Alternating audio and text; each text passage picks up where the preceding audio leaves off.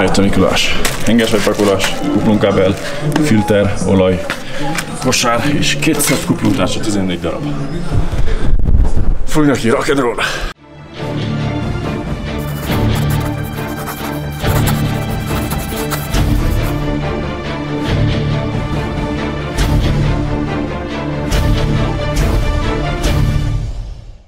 A következő helyzet.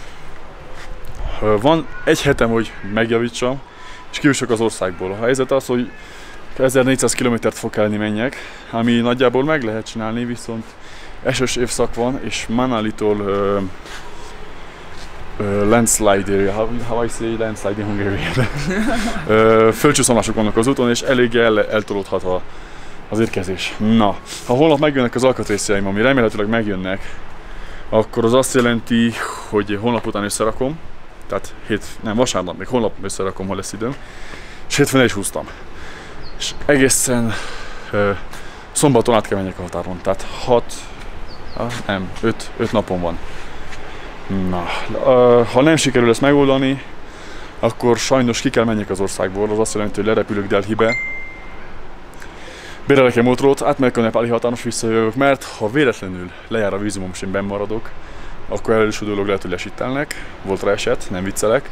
A második dolog az, hogy egy kibaszott büntetést kell fizessek, és a harmadik dolog az, hogy többet nem jöttek be Indiába. Na, nem akarom egyiket se. Lehet meg tudom mondani, hogy lefizetem a határőrt, hallottam ilyent is, olvastam. Fórumokon posztoltam, rengetegféle információt kaptam, sajnos nem homogén az információ, rengetegféle pro és kontra info volt. Beszélgettem ukránokkal, beszélgettem lengyelekkel, beszélgettem mindenkivel, és senki nem tanácsolta azt, hogy várja meg, ameddig lejár a vízumom. Úgyhogy most szépen lelökjük ezt a motorot a Jaktél hotelhez, és neki fogok szétszedem, amennyire lehet máma. Holnap, ha megjön az alkatrész, akkor összerakom, kipróbálom, és holnap után elhúztam minden. És akkor meg tudom csinálni, remélhetőleg. Ha nem, akkor bukok még 500 eurót. Amúgy a kuplung, a szállítással, meg minden 500 euróba került, rock and roll. És hogyha ki kell repülni az országba, az még 500 euró, úgyhogy ez szépen megrövidít az utamat. Na, rock and roll, találkozunk később. Pá! Most annyira levettem a kipufogót. Ott van. Leengedtem a régi olajat. Az már nincs ott, csak egy része. 5300-as, 7100-as olajat teszek. Ugyanaz, ami volt benne. És holnap reggel arról reggel korán 8-9-kor meg lesznek az alkatrészek. És csak össze kell szerelni. És lehet lelépni, ki lehet próbálni. Na. Összepakolok, amúgy nem itt lakok, ez a Jaktél Hotel. A tulaj nagyon segítőkész. Van egy Triumph 800-asra, beszámoltam. Na, összepakolom a szerszámaimat és az alkatrészeket. Ezért most megzabáljak valamit. Rock and roll. Lérepülőtér. Csomag! Megyünk vissza, szereljük össze, ideje már. Le kell takarítsam a szilikon meg a kurvast. Ez a különbség, ez az új, ez a régi. Meg van cseszve. Na, nem tudom miért. Aki tudja, hogy az mi történik, az írja meg kommentbe, mert én nem tudok rájönni, mi történt. Breakfast with service, mechanic service. Thank you, my friend. He is my slave.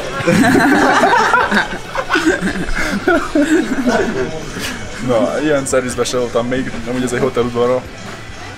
Most hoztak reggelit. Szerelem tovább a motorot, aztán is kipróbálom, de rock and roll. Jó reggelt, szeptember 9, reggel 6 óra.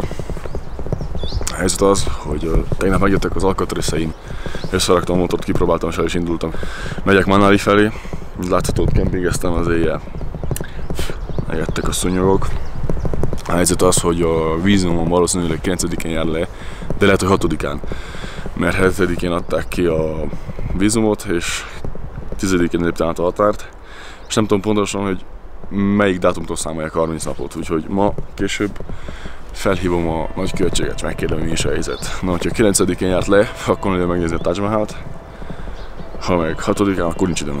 Na, mint látható, tele vagyok szúnyogva, úgyhogy pakolok és ugrok. Pá!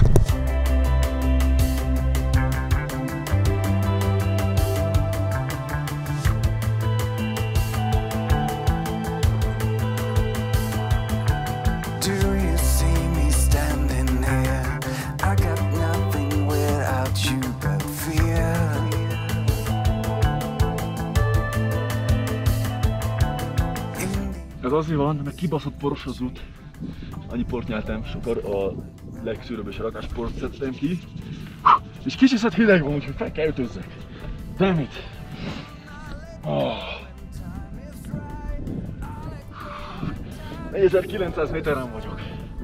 És még van kb. 10 kilométerem. És vagy 600-700 méter emelkedem. És be van borulva.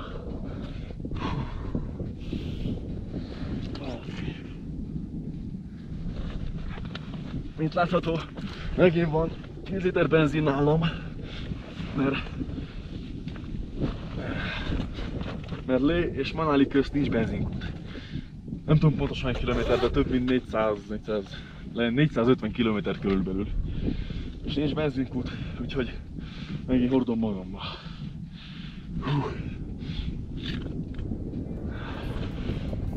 7 óra 50 perc. És lélek sincs az úton szerencsére. Úgyhogy tudok haladni. Na rock and roll! Bam!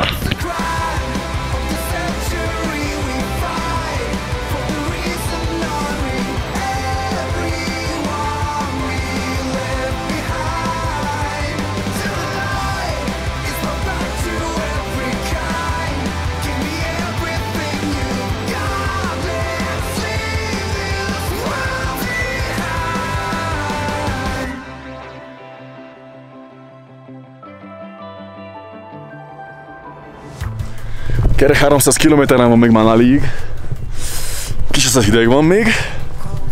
Megálltam ezen az úton. Ezért.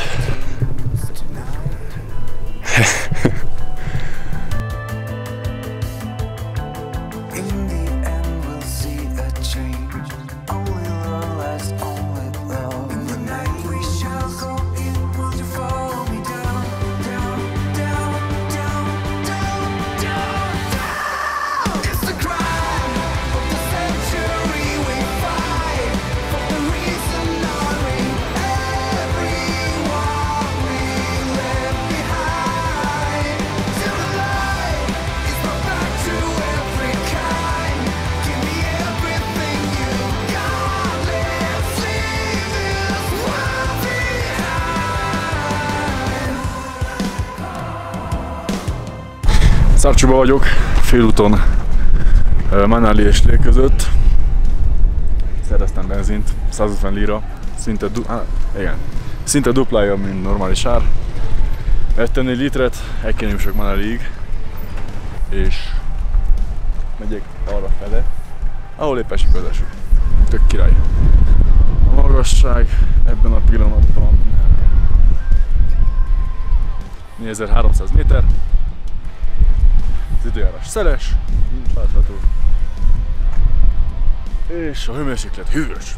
Majd pá!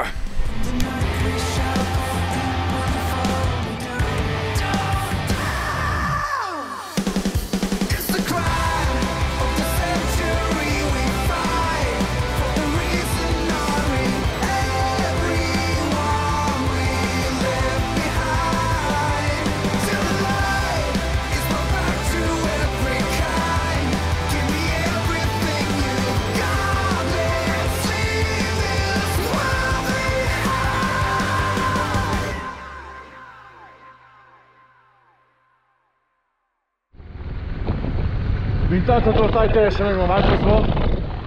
Nem úgy csak fák vannak, hanem lombhullazó fák is vannak már. Minden zöld. Elkap egy eső. Még 17 kilométeren van Manaliig.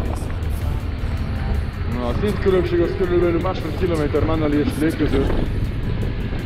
Úgyhogy érthető is a különbség. De nem számítottam ekkora, hogy ennyire zöld tájra, hogy azt illeti.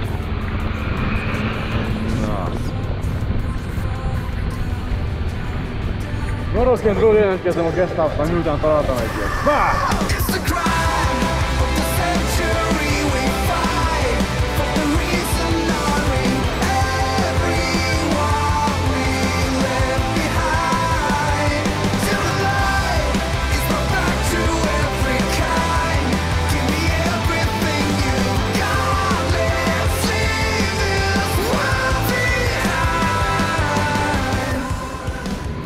ez érdekes lesz. Egy guesthouse-on, és a parkolója az Isten háta megett.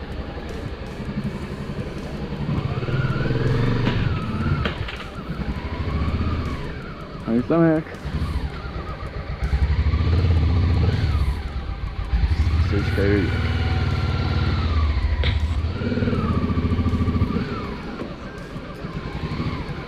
Jézus.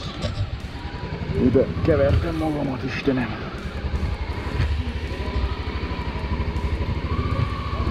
Vissza is kell menjek, vissza is kell menjek. Hol van?